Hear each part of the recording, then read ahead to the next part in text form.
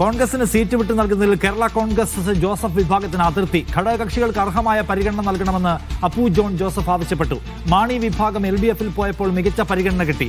കഴിഞ്ഞ തവണ കോൺഗ്രസ് മത്സരിച്ചതിൽ 20% സീറ്റുകളാണ് ജയിച്ചത്. തൊടുപുഴയിൽ നിന്ന് PJ ജോസഫ് മാറുമെന്ന് ആരും പറഞ്ഞിട്ടില്ല എന്നും അപ്പു ജോൺ ജോസഫ് പറഞ്ഞു. അതുകൊണ്ട് തന്നെ അവർക്ക് എന്ന് പറയുന്ന ചില ആരോഗ്യപരമായിട്ട് മുന്നോട്ട് പോകാൻ സാധിക്കും. ഇപ്പം UDF തന്നെയാണെങ്കിലും കഴിഞ്ഞ പ്രാവശ്യം കോൺഗ്രസ് പാർട്ടി 93 സീറ്റിലും ആണ് മത്സരിച്ചത്. 22 സീറ്റ് ഏതാണ്ട് ഒരു 20% സീറ്റുകൾ അവർ വിജയിച്ചു. കേരള കോൺഗ്രസ് പാർട്ടി 10 സീറ്റിൽ മത്സരിച്ചു. 2 സീറ്റിൽ അതും 20% ആളുകളെ വിജയിപ്പിക്കാൻ സാധിച്ചു. ഇപ്പോൾ ഇന്നത്തെ ഒരു സാഹചര്യം വെച്ച് നോക്കിയാൽ 5 നിയോജക മണ്ഡലങ്ങളും ഇടുക്കി ജില്ലയിൽ ജയിക്കാൻ പറ്റുന്ന ഒരു സാഹചര്യമുണ്ട്.